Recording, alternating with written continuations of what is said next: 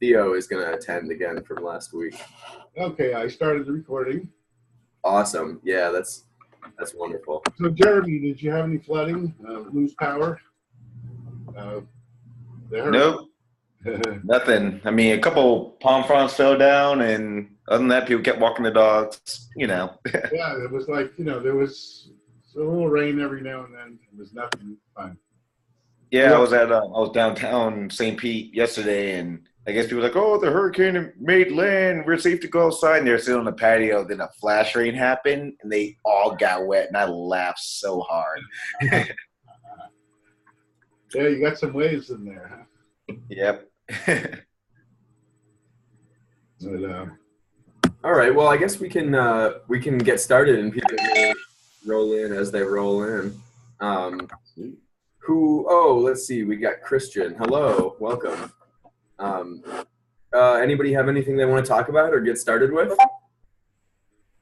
The only thing, actually, for you, Joshy, just to keep you in the loop, I finally got rid of a lot of my to-do list for in terms of marketing blog stuff. So I'm like, my scope is now looking back at your lectures.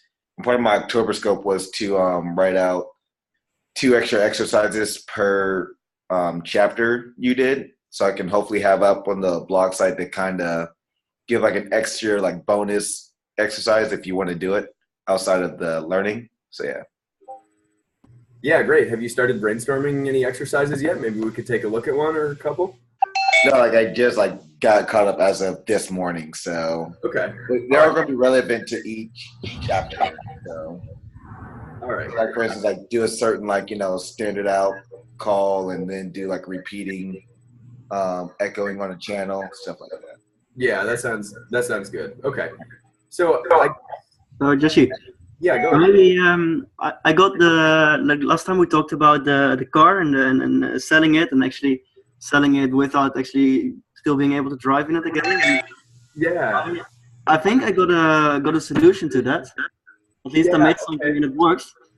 That's wonderful. So I think you have one, and then Theo, I think you also have a solution to the problem we talked about last time of selling the car and the former owner, the seller, no longer being able to drive it once they've sold it. Does that sound right? Sounds right.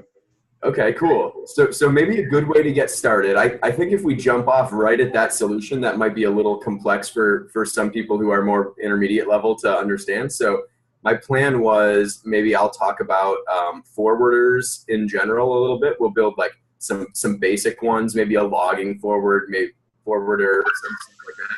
And then I'll turn it over to you guys, and we can look at the 2 different solutions and sort of compare them.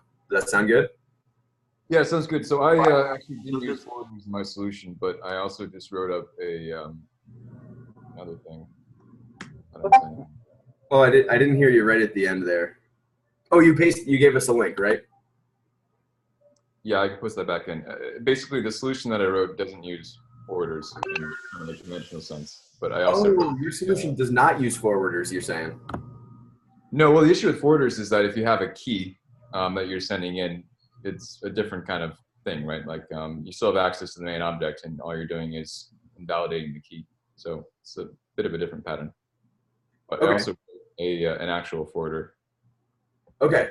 Okay. Cool. That sounds good. So are you saying you want to do that separately or first or something, or what do you think?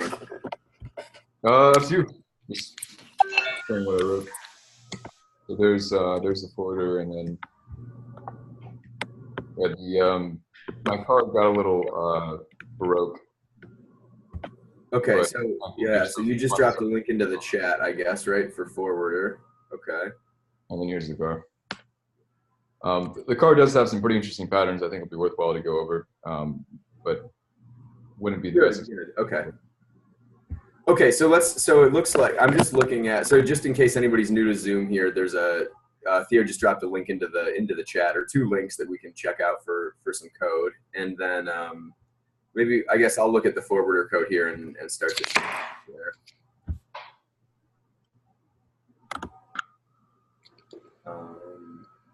Okay, cool. So are you guys seeing this code on my screen? Yep. Yeah. All right. Great. So let's see. We've got contract forwarder. It's going to take in a process. So this process is what, this is the thing that we're forwarding to, I guess, right? Mm-hmm. Okay, cool. And then how about C? What's C that we're taking in? That's just a continuation. That's a continuation. All right. Oh, okay. Okay. So create forwarder then takes in some allowed methods. So this is going to be like a list or tuple of which methods. This is like an attenuating forwarder, maybe? Mm-hmm.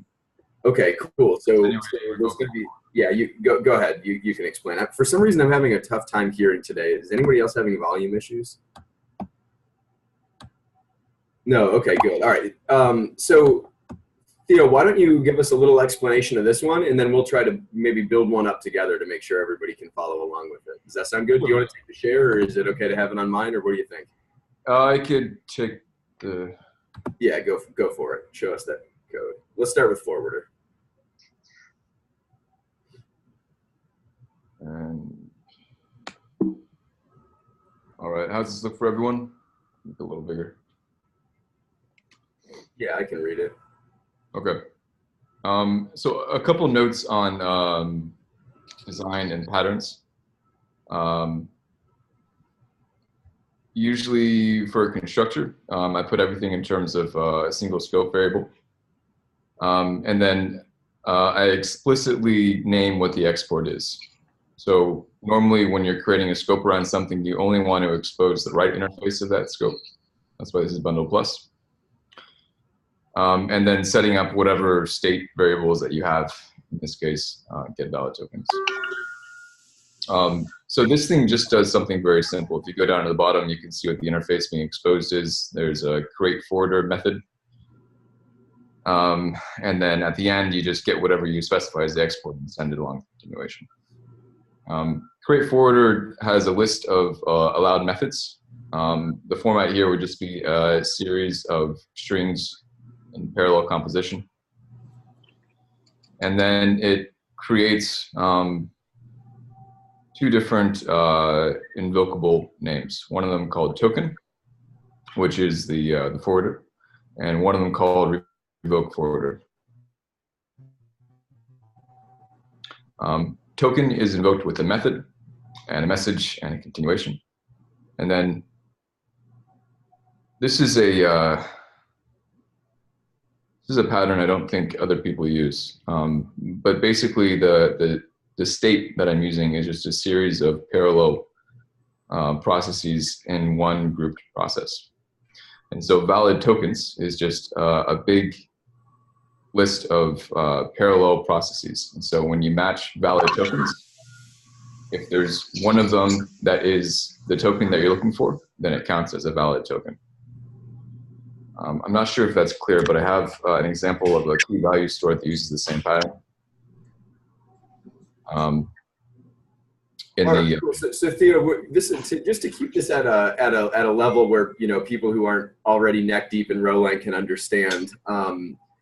Do you want to tell us a little bit, like maybe a little bit more detail about like what a state channel is or what a bundle is? I'm not sure that's everyone knows that. Or like if you want to do the example, tell us what a key value store is and when I might use one. Sure. Well, I can kind of gloss over some of the details here, but okay. Basically when you're creating a forwarder, you want to create a proxy for an underlying object. But rather than just giving away the full access to that, because if you know the name of something, then you have full access over everything inside of its scope. You want to limit what that access is, hence the attenuated forwarder part, which is what this is. I'm saying allowed methods, you can only send forward certain things proxy to the token. And then the revocable part is the ability to say that this reference is no longer valid. And so there's kind of when people are first introduced to object capabilities, the common concern is that you're giving away access to all of your objects. And how do you actually retain some kind of authority over your system? And the answer is through patterns like forwarders, where you have a proxy object that can be revoked and attenuated so that you're not exposing everything. So I probably won't go into the state stuff unless there's interest in that, but that's kind of the gist of how this works. And then I can show you an example down here where you have a very basic car. And this was kind of the point we left off on last week, which is if you have a car and you want to be able to produce keys for the car, and the key allows you to do certain things. In this case, if you have the car, you have access to everything. And so what we do is we send the car through a forwarder constructor. And we say we're going to have a valet token and an owner token. And so the valet token can execute the unlock and the start. And the owner token can unlock or can activate the unlock, start, and open glove compartment methods.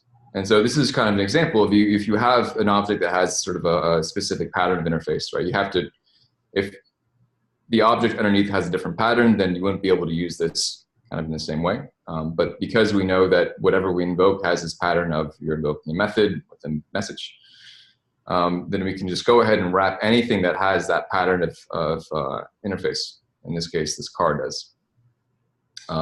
Okay, cool. So let's summarize a little bit here.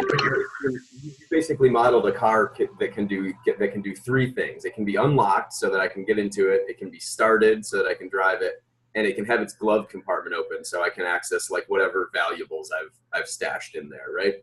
Mm-hmm. And then on lines 92 and 93, you've sort of set up like two different kinds of forwarders. Or tell us about how that works and why would I want two and what's the difference? Right.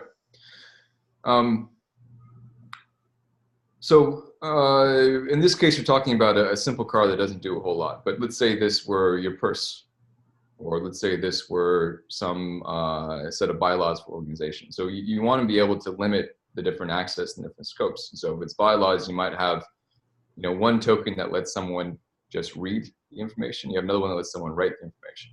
And if you're passing those tokens around, just as, for example, OAuth tokens, you want the ability to invalidate those tokens after you pass them out, and also to sort of encode their scope. So we say there's two different kinds of scopes of access that we want to create. One of them for the valet role, one of them for the owner role. And the methods that we allow in each are specified right here. And so if we were to say valet key start, you should get back, vroom, vroom in C. If we were to do valet key unlock, we would get error invalid token has been revoked. And so in the case of the how do you sell a car? Well, you would have some party that is able to sort of wrap the car, and maybe it's a car rental agency instead of the car owner.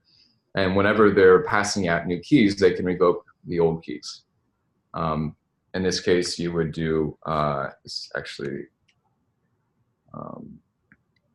this is valet token.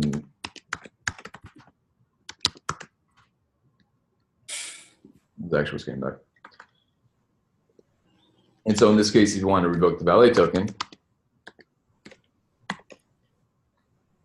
you do something like that. And then this valet token will no longer work, because as soon as it gets invoked, it checks, is this in the valid token sort of state object? And it's not.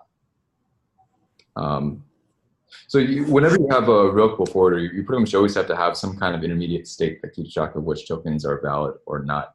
There's other ways of bundling up together. I think there's a example and tutorial that does it a little differently, but that's kind of the basic idea, is that you have some intermediate proxy that has access to some state, and then as soon as that state changes, it no longer fulfills the proxy. Okay. All right. Excellent. So who has any questions about either the code, some nitty gritty about it, or big picture stuff about what it's doing, or when else I might want to use it other than selling a car? Tell me what you're thinking about. Okay. Now there's some things I'm saying I'm not yet very familiar with. So Phaedrus, can you please explain how the nested send works? How the what? The nested send. Like I can see many of your sends are nested. You could check line 21, line 43, 71. Yes, so that's what I meant. You have an error send, and you're also having a send on continuation. Right. That's okay. Okay, so you mean this this thing right here? Yes, like you have an error send, and you having a continuation on top of the error send. Yeah, no, that's a good question. That's not a very common pattern, but I find it's very useful. And this is kind of how it would look. Let's say you revoked the valet token, and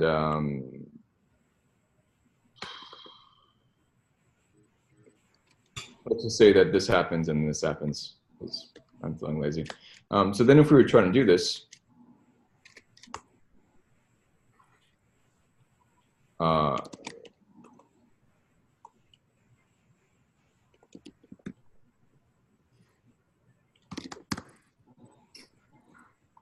we can match the response against error.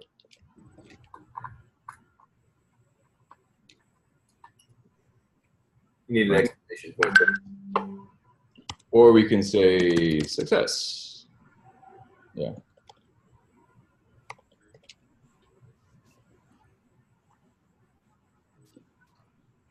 So the key thing is that it's not actually doing a nested send. It's not actually invoking what's inside. This comes from the in the tutorial. There's sort of a database pattern that they bring up. And so because none of this actually evokes, it doesn't collapse or it doesn't resolve. And so all of these are sort of structured patterns of processes. So processes, settings, processes, but because it never collapses, all that structure is still there, which allows you to match against any aspect of that structure. So in this case, we're saying we're matching against something that is sending to the error string the error message. Now, if you were to take, instead of matching against the response, if you were to do a response like that, right? Or if you were to invoke the response, that would send the error message to the error, which isn't particularly useful. Yeah, star, I think. If you had some place where this pattern could be useful, perhaps, is if you had a bunch of, say, stored procedures that you want to store in a channel, and you can take one off the channel and then invoke it after matching it.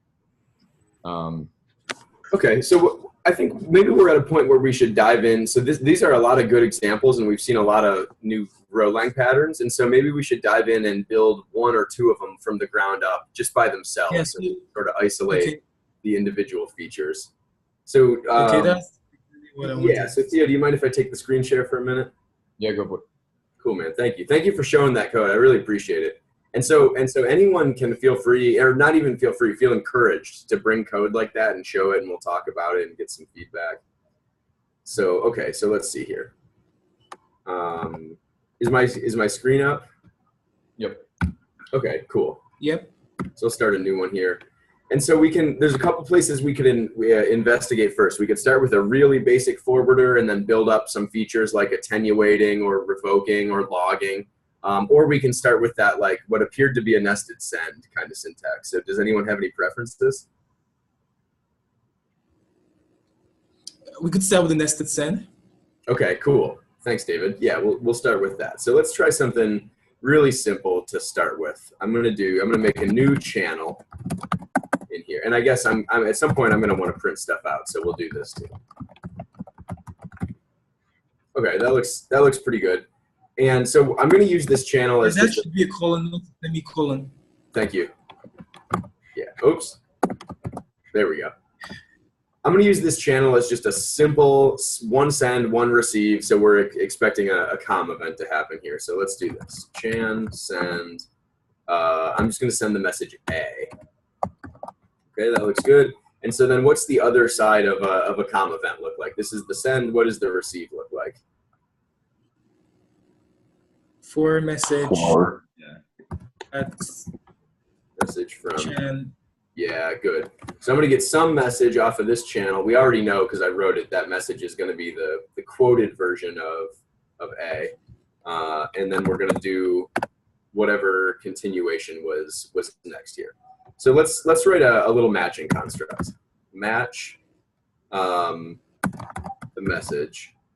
And the star here, in case people don't remember, or if this is your first time, the star means take a channel or a name and convert it into the underlying process. Take off those quotation marks. And so if we look at the RHOlang cheat sheet, that's what's going on right here. What I received was a name, or also known as a channel, and I needed to turn it back into an actual process, so I used this star operator. Okay, great. So I'm going to match that message to a couple different possibilities here. So let's say if the message is A, then the process we're going to run is print it was A. And then we can do another one. We'll say if the message came through as B, then we'll print it was B. And then we can also do if it was anything else. Oh, anybody remember the pattern for anything else, or the pattern that matches absolutely anything? Just underscore, isn't it? Yeah, bingo. Yeah, thanks, Jim. That's right, an underscore. Underscore will match anything at all. We call it the wild card. So we're gonna. Does nil work also? Sorry? Does nil work also for anything? No, nil will match a very specific process, only the stopped process, only nil. If I typed nil here, it would only match other nils. In fact, we'll do that to demonstrate. That's a good question, David.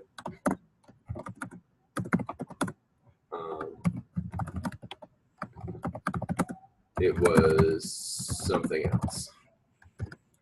Whoops. Oh yeah, I guess I gotta save that. Desktop. Send a send.row. This is what I'm gonna call that. We haven't sent a send yet, but that's what we're building up to. That's what Theo had done that we're about to demonstrate. So far I've sent the message A. So what's the expected output if I haven't made any typos? It was a. Yeah, bingo. So let's just run it and make sure that happens. Node eval.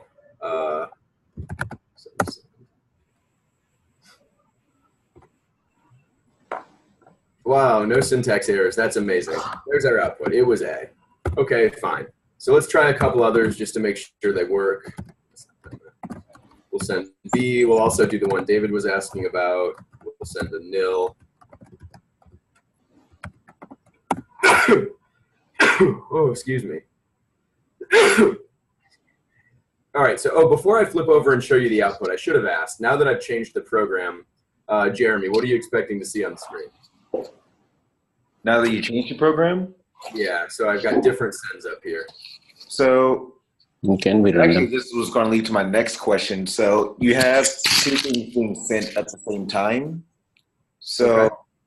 my first instinct is that you're actually going to get the match print. I wanted to clarify the arrow, right? So you're only hearing one message on the listener, right? Which is You're talking about this arrow, right? Yeah. Yeah, this is a single arrow, the one that I made with the dash, as opposed to this one. yeah, and that's actually after you demonstrated that. I was going to ask that's my next question. Where if you had the equal sign with the arrow, would it take multiple sends, right? Yeah, bingo. That's right. So the double arrow, the one that I did not use just now, would receive both of these. This is a persistent receive. It stays there over and over. But the one I actually used is this. I think we saw this one in the beginning where if you just had that one, it would take the first one it receives and then prints out that result, right? Okay, good. So are you expecting it was B, it was nil, or something? I think it was something else. Okay. Any other thoughts? Any other guesses? Yeah, so you don't know what it will end up with. Either it will say nil or it will say B. It just depends on which sense executed. I think it will be nil because in my experience, it always picks the last thing that was sent on the channel, and it's not very Yes, So Theo, you're drawing some subtlety there. Like according to the computational model, but in your experience, it's always been the second one, right? Yeah, and if anyone's curious, there's a couple of dice examples in my repo that will kind of demonstrate how non-deterministic it can be. This is the one you're talking about, right? Yeah, there's a simple one at the moment. Let's see what happens before we make any. Oh, I actually already ran it once. I just didn't show you the output, right? So far we got it was nil. So let's run it another time and just see what happens. So what are you doing, Joshy? Like, it looks like your output is really neatly structured, right? Like, this is node 7. Node 7 shows the tuple space really neatly. Yeah, you can grab it today. So the second time I ran it, we actually got it was B. So let's run it a third time. Credit node 7 with that. What was that? I said I'll credit node 7. Yeah, I think the latest Node 6 might have too, but yeah, older versions of Node were not very good about that. No, Node 6 didn't. I was debugging the first contract with that now. It didn't have it. It did or did not have this non-deterministic behavior. Oh, I don't know about the. I thought you were talking about the nicely structured text. Never mind. Oh, the beautiful output. Yeah, gotcha. Yeah. Okay. All right. Great. So we've seen how to match nil. Nil only matches exactly when you send the nil. Anyway, David, that's one of the things you said. But let's look at some more interesting things we could send now. So far we've sent a string literal, 2 different string literals actually, a stopped process, and the wild card is the one we're testing here. So are these things A, B, nil? Are those processes or are those names? processes. Those are processes. That's right. Now, they all happen to be the kind of processes that we call ground terms. They're the kind that don't actually do anything. They just represent data of some kind. But there's lots of other processes. So like this syntax that I've highlighted here, most of line 3, is that a process or is that a name or is that something else? Yeah, process as well. It's a process. Yeah, this is a send. Sends and receives are processes. So we don't have to only send processes that represent ground terms. So I'll comment this as send some simple ground term processes. And then down here, we'll do something a little more interesting. Send an actual interesting process. And oh my gosh, there we go. So on Chan, I'm going to send something and then a par. So this so far looks exactly like above, right? I can just type any process in here where my cursor is, and a valid process is something like this. So this thing that I've got highlighted now, not all of line 8, just the highlighted part, that's a perfectly valid process. I'm not executing that process. I'm not saying, hey, RHOlang interpreter, actually send 5 on Chan. I'm just saying, consider this process that I've highlighted and send it on Chan. So what output might we expect from line 8 when it gets the receive here? Did I send A or B or nil? I think it would be something else. Something else. This line 8 is definitely very much a something else. And I'm going to take Jeremy's suggestion and switch this to a persistent receive just so we can see all the outputs. So we're expecting a B, a nil, and a something else.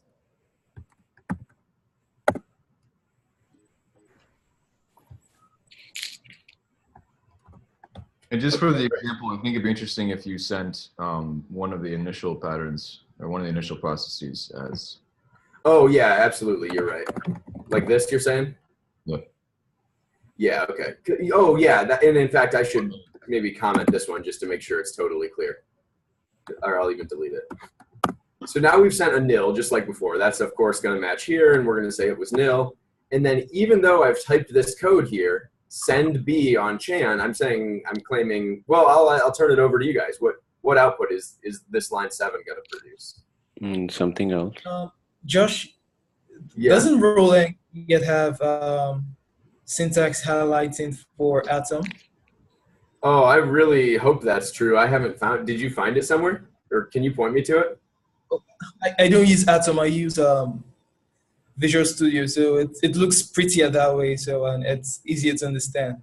Yeah, I really would love to have syntax highlighting. No question about that. But let's just I'll sort that out for next week with your help. But what's the output we're expecting from line 7? I think it'll be B because even though you're sending, so this is just how I'm breaking this down. So Yeah, just brainstorm. it's like that you just say it considers that a process is going to be sent on Chan, but if you look inside that process, it's actually B, which is the name. So I think you'll interpret that as B. Let's see what happens. Or yeah, if someone else had a comment, that's fine too. I guess it's something else. Yeah. Oh, that sounded like Phil. Do we have Phil today? Uh-huh. Hey, welcome, man. Hey.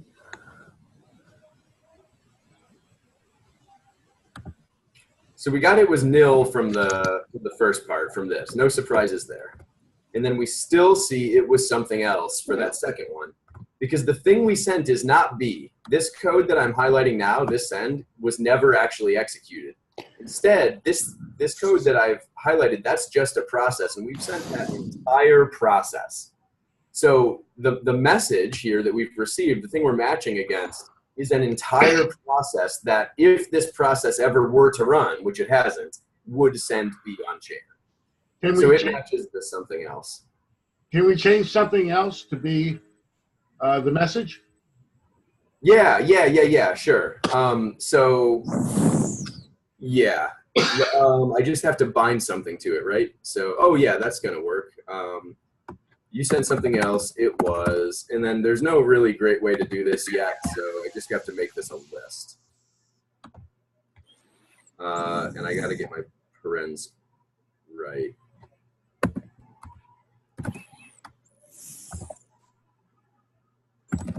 All right, let's see what that does. Is this what you're thinking, Jim? And you could make it a little more explicit by matching to nothing, or matching to anything, and then also giving it a name, or just giving it a name. Yeah, by doing oh, here you mean by something that's going to bind? Yeah, so then group, and this is the thing that you got. Oh, yeah, okay. Well, I don't have to do, you never have to do underscore and, right? I can just. You can just get the name, but if you want to be explicit about it. Yeah.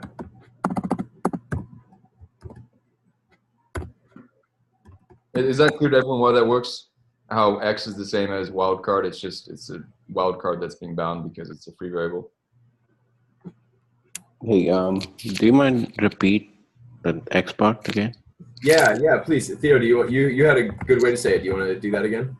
Sure, yeah. So the wild card is basically the same as there's something here, but we don't care what it is. X, because X is a free variable, it means it hasn't been bound within the scope, is effectively the same as a wildcard. X can map to anything at all. But because we're giving it a name, we're actually binding it to a new variable within the scope, which is, arrow and then scope. So X is bound to whatever was equivalent to the wildcard in that case. And then the more explicit way of doing it, if you wanted to, is you can say underscore and X. Yeah, so this is what you were suggesting at first, I think, right? Right. Yeah. And Can you explain that as well? What was that, Jeremy? Can you explain that with the underscore and the forward backslash? Because I saw that a couple of times when in our Discord when Mike Say did that. Yeah, it's going to make I'll explain it. It's going to make a lot more sense, I think, if the thing here is not an underscore. So, let me try something like that. Before we do that, Irfan, it sounded like maybe you had a question. Yeah. Is it possible that we can come up with a design pattern where, since we are passing nested channels here, if we pass the same to for again, I'm thinking in terms of functional programming at this point. So we receive something, but it's also a channel, and then we can do a recursion over here. Oh, yeah. Are you saying when we get something like this that's a process that could run, can we then actually execute that? Yeah, so we receive that thing in int or underscore, and then we call the for again. Send it to Chan. Yeah. These are good questions. So I'm gonna take Jeremy's first about what is this and connective, and then Irfan, if I forget, remind me as soon as we're done talking about this. We'll get to your question. Okay. So I guess we're gonna build this thing up a little bit at a time so it really makes sense. And so a good message here would be you sent a number, or even an integer. So int is a special pattern that will only match data of type int. It won't match strings, it won't match nil, it won't match bools, it won't match actual interesting processes like this one. So when I send some simple ground term like chan bang 5, so now this is going to match with the int, or that's what I'm claiming is going to happen. So let's actually see.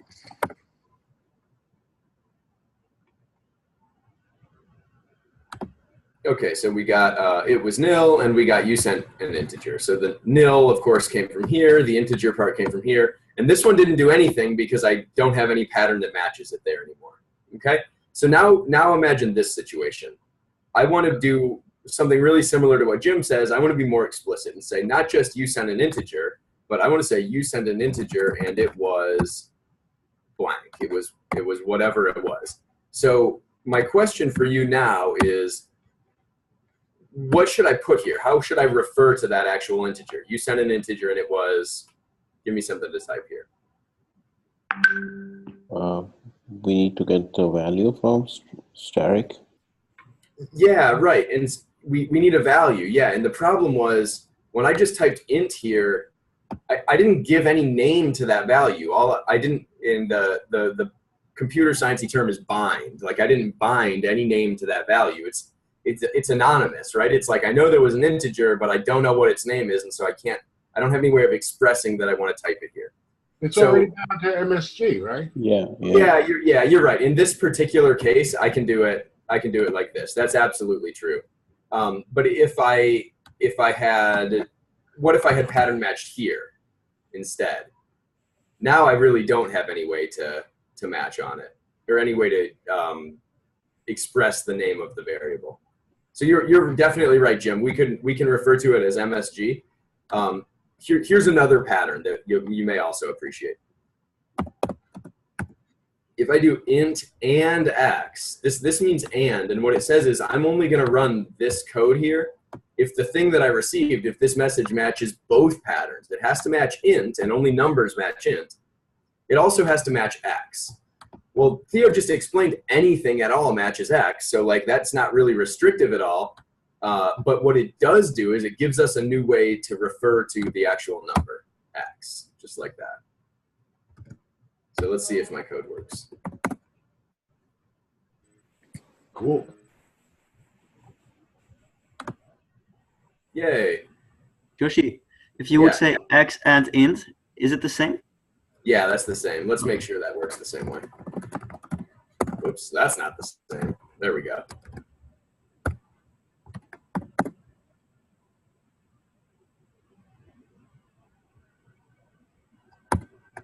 Yep, got the same thing.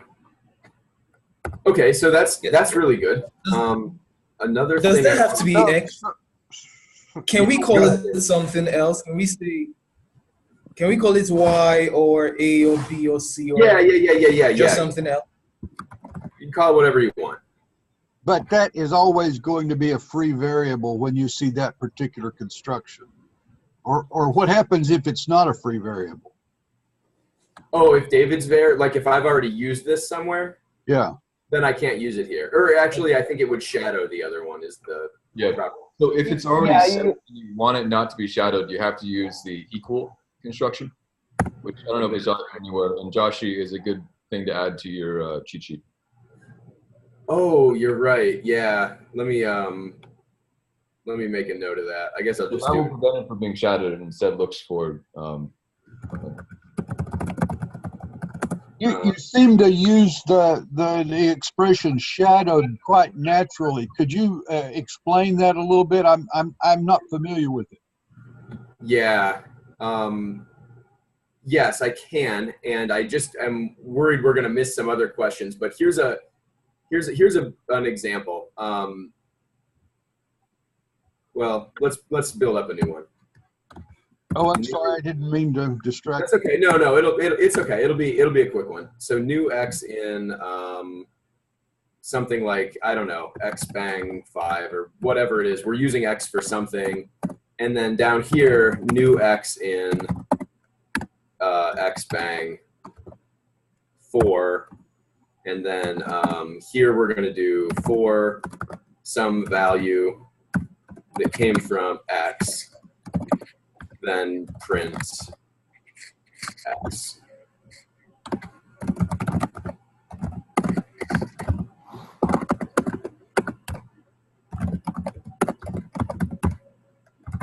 Okay, so we made an X here. I sent the number 5 on it, a ground term.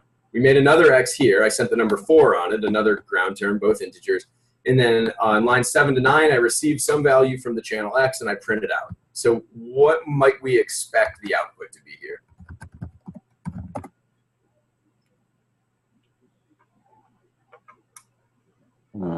Either It would be 4 because you're listening on the new channel X that you just created, right? Yeah, bingo, bingo. So even though we're still inside this lexical scope that starts on line 1 where I've created an X, this more inner one is sort of the most tightly bound X, the closest one to where we are. And so we say that this X from line 5 shadows the X from line 1. And so I'm expecting the output to be 4 here. thank you. That explains it. You're right. That was the better way to explain it. Yeah, cool. Thanks. I'm glad you asked that because, yeah, I did. I just rattled that word off like everybody knew what it would mean. But that's, what happened here? And you can also note the difference in R space because the variables are systematically renamed in terms of De Bruyne indices, but it's just like the numbering of them. You're talking about like the X0 and the X1, right? Yes, yes. Yeah, cool.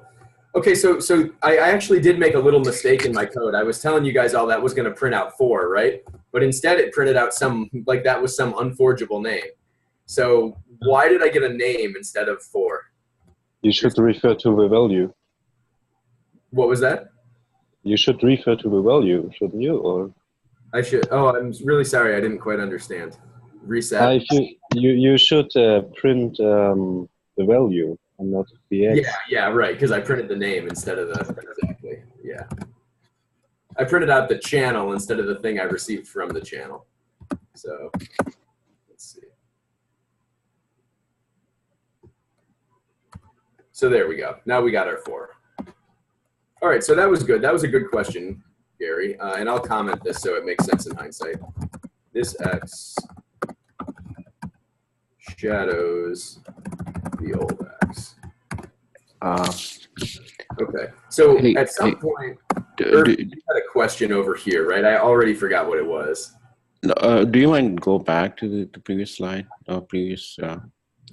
So maybe it's just a basic question. So I'm not new to it. I'm new here. Yeah, so yeah. Just so everybody knows, I met Irfan at my workshop on Monday. So he started RHOlang there, and he's trying it out now.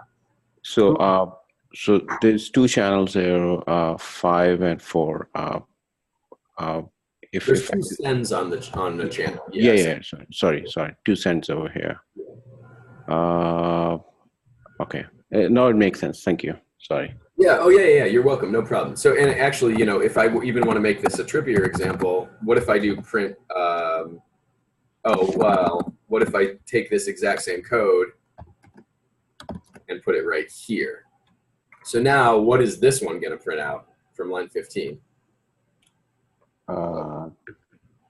This one is 5, right? Yeah, exactly. This one will print 5. But the reason this one prints 5 is because the new X that shadowed is out of scope now. We're no longer in this sort of inner inception world of X's. Okay, but can we still inside this new X internal one? Can we still get the parent one, parent channel?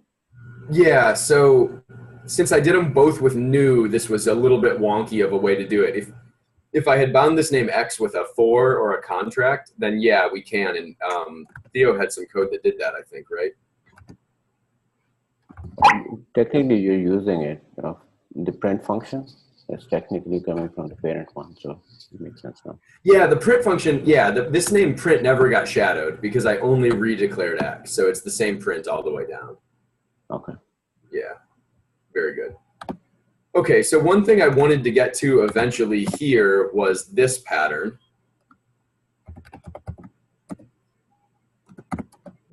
So remember, we're matching a couple patterns. We've got the literal A, the literal B, the literal nil, any integer, which we're going to call David's var.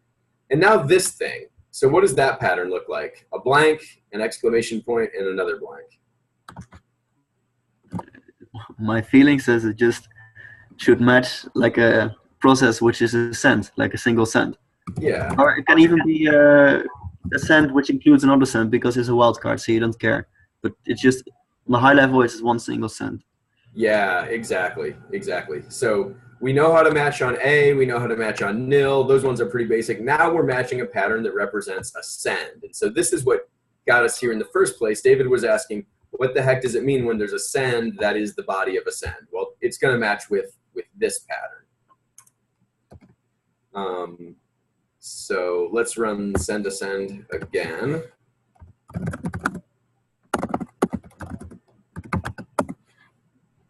I've seen that expression before, and I had no idea what they were doing. Yeah, like this one here, you mean? Yeah.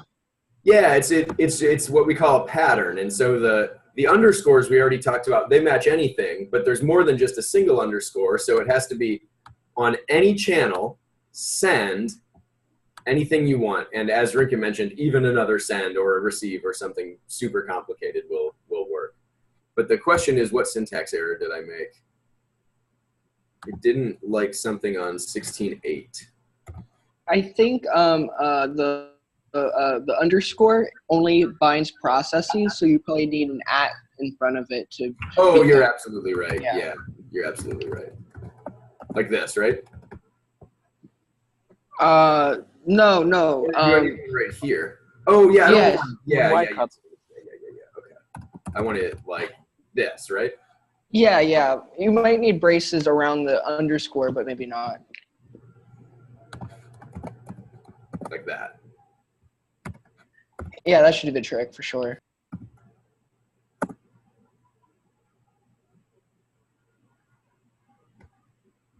This is why I never read my code. Still didn't like it. Oh, what was that last part? I said this is why I never read my code. yeah. Oh, I don't think you want the braces. Maybe not. Because that would tell it it's a map.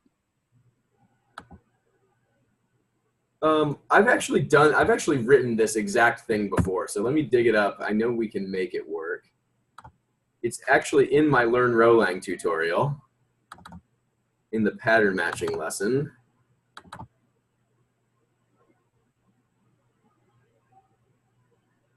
So here's what I was trying to do. I just needed braces around the whole thing, maybe? But you didn't have the name symbol on it. Or you didn't have the at symbol on it. How does that work? Yeah, before we give definite answers, let's figure out what works, and then we can talk about why we thought some of those other things might work, because that's a good question. Gotcha. I don't want to tell you what I was thinking that turned out to be wrong as if it's true. Oh, that's the way it works though in programming. Yeah, this is the way that it works. So okay, it was a send. So I think Christian, you were the one that was trying to help me out there, right? Yeah, and I think I'm wrong because now that I think about it, like when you use ax and you throw away the variable, you don't put an at. You don't put at underscore, so I think underscore matches both names and processes. Yeah, the thought basically was, if we're sending on something, the something that I've highlighted, that something has to be a name, which that part is true, definitely. I have to send on a name. So then the thought was maybe we have to pattern match that first part as a name also. But it turns out that's not the case. So why do we need these curly braces? Not clear why they were necessary. Curly braces are the group, like the bracket characters for processes though. So instead of like parens or hard brackets or whatever, it's these curly ones. Okay, so but that's what we've matched on, isn't it, Joshy? We've matched on a process. Yeah, absolutely. Yeah, the process we sent was this one, and it matched with this pattern, with this process pattern. So this is distinguished from a set because. So the sets are a little different. A set looks like, well, let me just send one here. Chan bang. Now here's a set. Set has to explicitly have the word. But Jim, you're right that there is something that looks like this. A5. A map. A map. Bingo. That's what I meant to say, right? Yeah, so it is the exact same character, and it's distinguished only by context. We're putting it around a process pattern as opposed to key value pairs. So I have a question. how do we match? So when we if we match the map, Oh, if I want to do, we'll fill this in a second. This is what you're asking about, right? Oh. Well, let's brainstorm together. well, if we put in, this is how we do it, Jim. Just like how we did it for int. Of course. I don't think map is.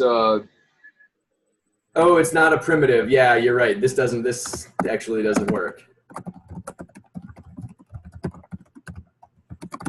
Maybe we'll check it to make sure. Can you quickly explain the map?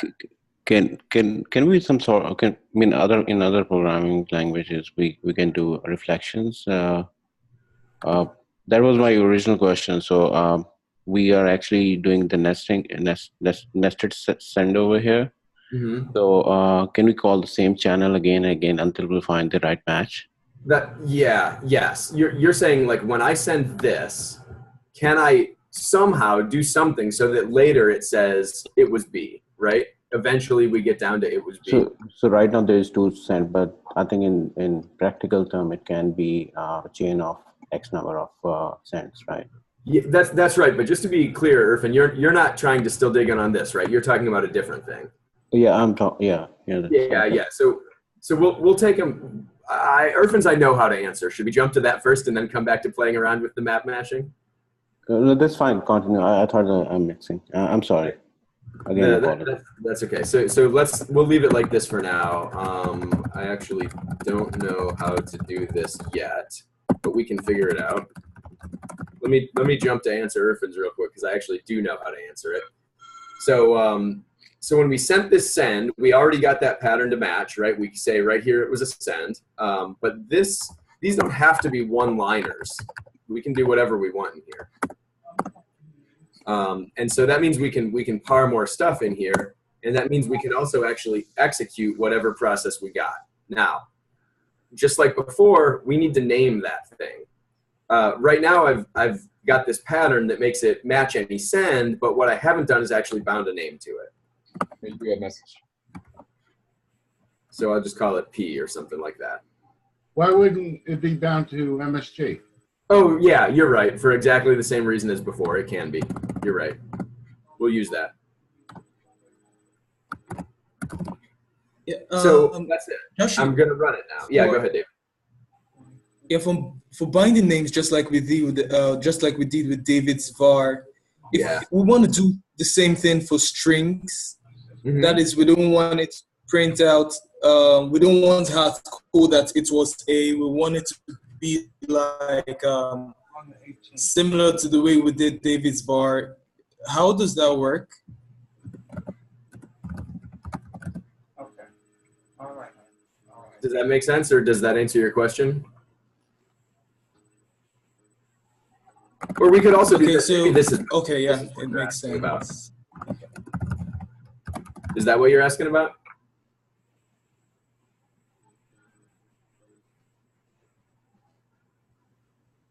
The value that we impute in place of A, that's what is going to be printed out, right? Yeah. So we can do this. So one thing here is if you send B, what would you get? Yeah, well, now you get non-determinism. Oh, actually, no, that's not true. I think pattern matching happens in order. Does it? Yeah. Let's find out. I don't have one of those.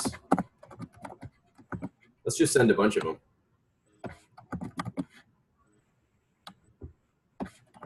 Google, Josh, you just deleted something there. I think it was a mistake that you deleted, but I was going to ask you about it. Which one? How far do I need to go? Go back to the set. Yeah. on your cheat sheet, We're about 3 levels of recursion of me getting halfway through answering someone's question and then skipping to a different one. So let's. Sorry, but shouldn't those be smooth braces and not curly braces? Yep. Oh, for the set, yeah. Okay, you're right. That was a quick one. You're right. We're going to get back to this though, so yeah. You're correct. Okay, so I'm going to send B twice. We're going to see if it pattern matches these in order. If it does, we'll get first case both times, and we can even do a more rigorous test like this. In the current version of our node, what happens if you do a replicated send? Does it ever terminate, or does it just go forever? So first thing to observe, it was B first case every single time. So these match in order.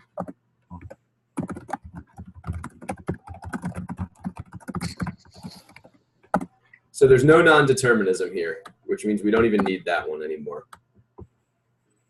Another thing to notice here, how many B's did I send up top? 4. Yeah, 4. And how many of these outputs, first case it was B, did I get? 5. 5. So where did that 5th one come from? Line 23. Probably it was the B that we previously had matched. Yeah, you have 5, right? The 5th one, when we say there were 4 up top here on lines 4 to 7, the 5th B is actually this one. Yeah. And I want to be clear because some people might not have seen me do it. It doesn't naturally go all the way down and know that there's a send of a B here. We already saw before, all this does was print out it was a send. So why the heck did we get it to also say it was B this time? Well, this was Erfin's question. I did this right here. Yeah. Whenever we match a send, I print out it was a send, and then I also actually execute that send. That's what I've done on line 23. I say, take that send that we just got, this inner one, and then in addition to just matching and noting that it was a send, actually run that send as well. And so then when we run that inner send, that's what gives us back this first one. If you were to send that message to Chan, would that loop or would that not loop? Yeah, exactly. That was the same thing I wanted to ask. We have 2 Chans here, so. Is this what you're asking about, Jim? Well, I was thinking down on line 23, you send it to Chan down there. Oh, yeah. That's okay. That's a good question. Let me do my simpler one first, and then we'll do your trippy one.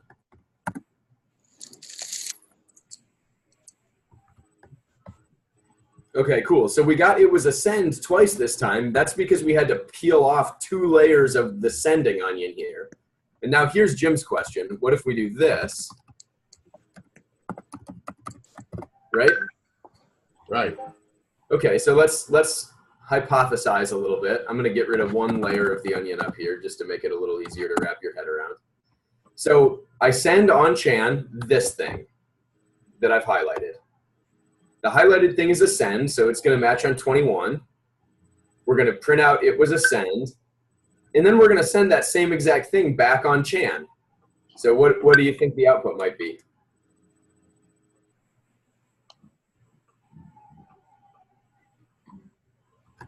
I can't figure out whether it's going to loop forever. Yeah, it seems like it might, right? This is like an infinite recursion. We get something in on Chan, we send it right back out on Chan, and that means we're going to receive it again.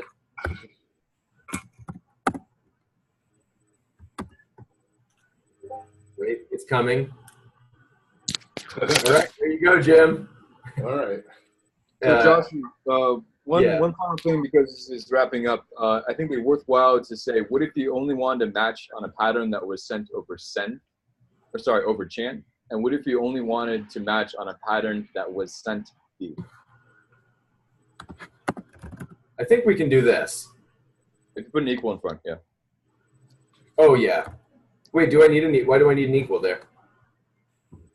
Because otherwise it's binding to, it's the same as a wildcard. It's just yeah, you're right. That basically says, don't make Chan a new thing here. It's saying specifically, don't accidentally shadow Chan. So, but you know what? I had to kill my node once I have to get a new node up here. this is going to be our last thing because it's 8 o'clock now. And while we're waiting for this to run, I just want to say again, thank you to everyone for coming to these sessions, and especially thank you for contributing and participating. Irfan, I really especially want to welcome you as someone who I just met. It's an honor that you came, and I hope we see you again next week and around the community. Yeah, I will. Thanks again, Joshy. This was really awesome. Yeah, thanks. Yeah, good, Jim. Oh no, syntax error on 2113. And so I'll just say that this this ability to match on both the name and what's being sent over channels can develop into pretty interesting patterns. I got a little mic noise. Can you say that again, Theo? I'm sorry. Yeah, I just want to highlight this because you can develop some very, very interesting patterns by storing kind of data structures. And the nice thing about it is that they're sort of native RHOlang data structure as opposed to using the Scala ones. Hey, yeah, right. So you can do a map as like, instead of like this kind of map, which is basically just a Scala map.